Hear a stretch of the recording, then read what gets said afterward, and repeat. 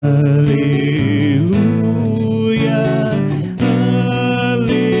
aleluia, a minha alma abrirei. Aleluia, aleluia, Cristo é meu Rei. O Senhor esteja convosco. Ele está no meio de nós. Proclamação do Evangelho de Jesus Cristo segundo São Marcos. Glória a vós, Senhor.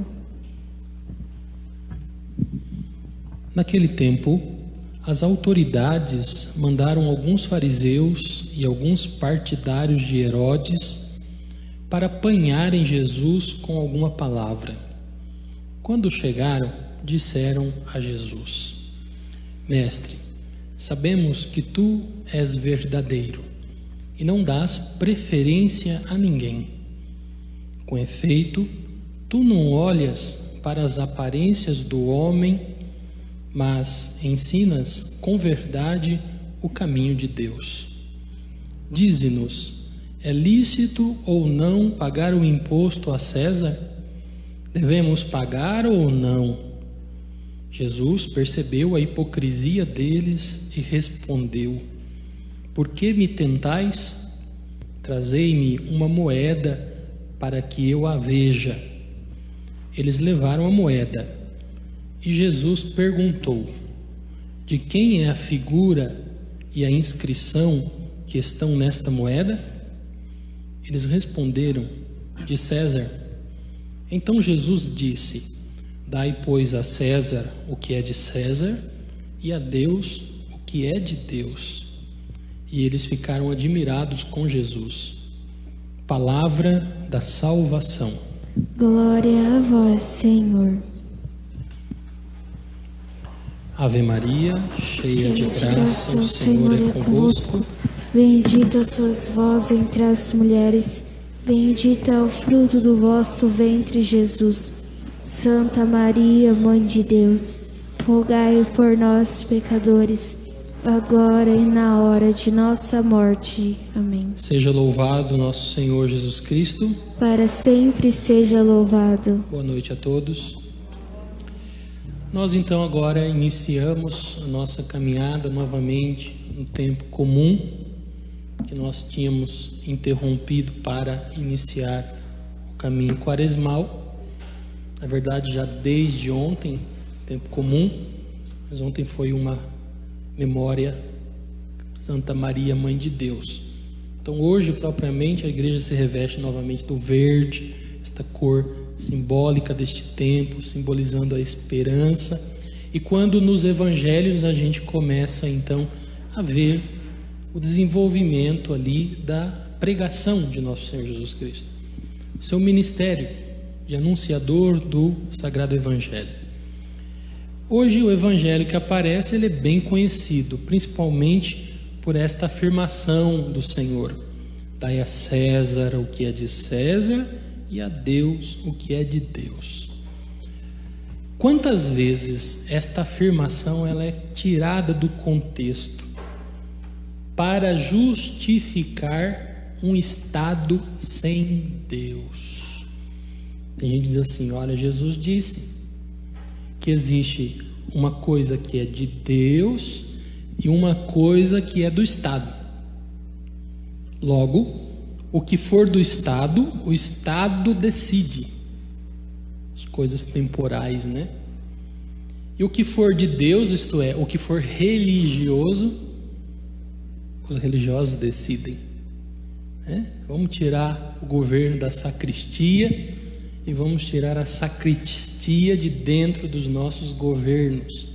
Geralmente é esta a explicação mais comum para esta frase, mas ela não é verdadeira, porque no fundo, tudo é de Deus. Tudo é de Deus. O mundo é de Deus, nós somos de Deus, a criação toda é obra das mãos de Deus. Isso não significa que não exista uma autonomia do poder temporal. Não, existe. São todas aquelas coisas que são da razão prática. Por exemplo, quando se vai decidir se vai asfaltar esta estrada ou aquela estrada, se vai construir um prédio aqui ou ali, isso tudo é coisa da razão prática. Quem decide? O governo. As pessoas que foram eleitas para isto, né? As leis, são todas questões de razão prática. Mas nós nunca podemos nos esquecer de que tudo isso tem que ser feito em conformidade com Deus e não criando uma realidade paralela a Deus, porque é isso que acontece. Muitas vezes se entende assim, para ser bem explícito, religião é coisa de 4 paredes: igreja e a sua casa. Fora, a gente não pode falar de religião. A gente não pode, entre aspas, né, muitas aspas, impor a religião ao Estado, às realidades temporais. Isso é o maior absurdo do mundo. Quem diz isso não reconhece Deus. Nós temos uma festa na nossa igreja, que é a festa do 34º domingo do tempo comum, que é dedicada a Cristo, Rei do Universo. Essa festa foi colocada justamente para mostrar a nós cristãos que não podemos tirar Deus da sociedade, que não podemos reservar o espaço para Deus só no culto, porque senão a gente renega o poder de Deus, a autoridade de Deus, a posse de Deus sobre todas as coisas, e a gente cai no risco, e a gente está vendo isso acontecer hoje de uma forma assim extraordinária, de criar uma sociedade que caminha independente da palavra de Deus, independente daquilo que Deus revelou. E aqui eu não estou me referindo a doutrinas particulares. Aqui eu estou me referindo à lei de Deus. Quando a gente pega, por exemplo, os 10 mandamentos, os 10 mandamentos são doutrina, mas eles são leis universais. Eles não estão escritos somente naquelas 2 pedras que Moisés trouxe lá do Monte Sinai. Aquelas 10 leis, elas estão escritas no coração de cada ser humano. Deus escreveu. Elas estão na nossa consciência, na nossa razão. Então nem precisava que Deus tivesse escrito, mas Ele quis escrever para que ficasse em evidência. Basta a gente seguir a nossa razão, e a gente vai ver que existe uma ordem necessária em tudo aquilo. Amar a Deus sobre todas as coisas, né? Não tomar o nome de Deus em vão, honrar o seu pai e sua mãe, não matar, não roubar, não desejar o que é do outro. Mas quando a gente diz que isso aqui é só coisa para religião e cria uma ética paralela, aí a gente se afasta daquilo que Jesus realmente está dizendo aqui, Dai a Deus o que é de Deus e a César o que é de César. Nesta época, César queria ser adorado até como Deus. Até como Deus. Aí aqueles que vêm e defendem o Estado tem que ser laico. Sim, o Estado tem que ser laico. Posso até concordar, mas o Estado não pode ser contra Deus. O Estado tem que reconhecer Deus, principalmente quando o Estado é composto pela maioria de cidadãos que reconhecem a Deus, que é o caso do nosso país. Se a gente for fazer uma pesquisa, IBGE, grande maioria dos brasileiros se declaram crentes. Claro, existem os grupos, o grupo dos católicos, dos protestantes, dos ortodoxos, mas a minoria se declara, minoria mesmo, se declara ateia. Mas na prática, o que acontece no Estado?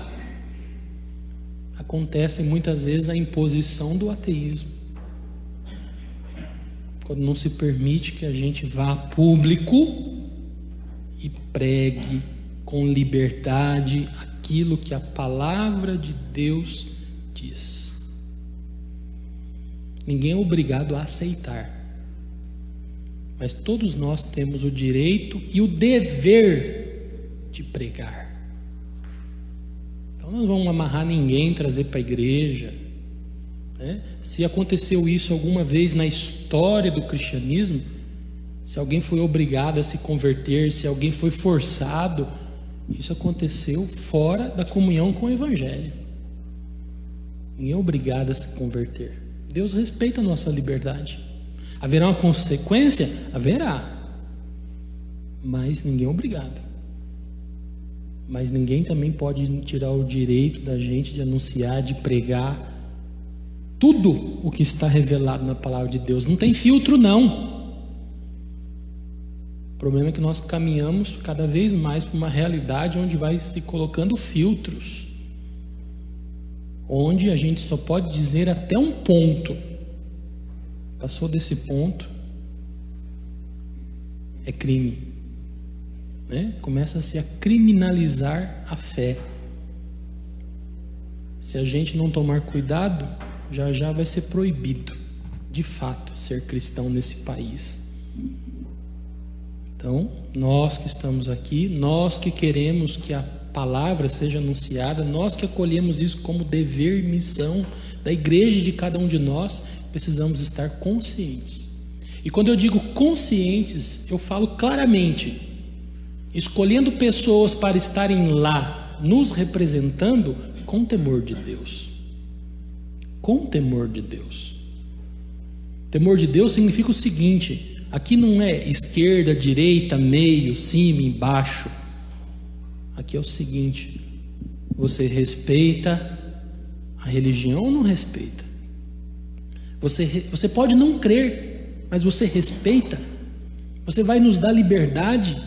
Você vai garantir que possamos, por exemplo, Corpus Christi, sair às ruas e mostrar nossa fé em Jesus Eucarístico? Ou você vai nos bloquear? Ou você vai criar leis tão radicais, onde a própria igreja vai ficar impedida de se manifestar por razões radicais? A gente vê, por exemplo, na pandemia. Na pandemia, a igreja tomou para si a sua atitude de observar as orientações do poder público, as orientações do Ministério da Saúde, da Organização Mundial da Saúde, e fez certo. Por quê? Porque nós não podemos de forma alguma nos ausentar na prevenção. Olha aí, aqui mesmo estamos fazendo isso.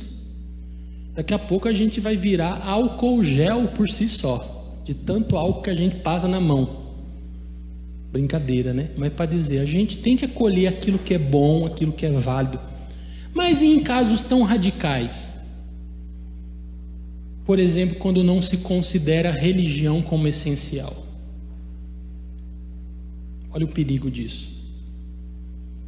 Aqui, graças a Deus, nós estamos podendo nos reunir, mas tem lugar que tem pessoas que estão querendo proibir, até mesmo seguindo as orientações, porque a religião não é essencial.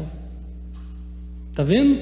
A artimanha de Satanás. A religião não é essencial. Dizer isso é a mesma coisa de dizer que Deus não é essencial. Isso a gente não pode tolerar. Isso a gente não pode aceitar. A palavra de Deus não está algemada. Peçamos ao Senhor que nunca precisemos Nunca precisemos desobedecer às autoridades constituídas. Nunca. Mas a própria palavra de Deus diz que toda autoridade vem de Deus.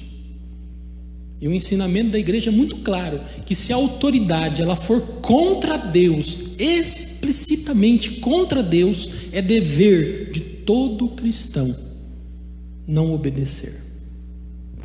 Se o que a autoridade te manda é contra Deus, você é obrigado a desobedecer. Mas se é racional, razoável e com autorização da igreja, aí é diferente. É diferente. As igrejas só puderam, a nossa igreja só pôde verdadeiramente fazer as missas online, parar com a presença física, não porque o Estado mandou, mas porque a igreja, refletindo, achou isso razoável e com a sua autoridade disse para cada fiel, disse para os sacerdotes: agora as missas serão apenas privadas. Nós vamos continuar rezando, vocês vão acompanhar em casa.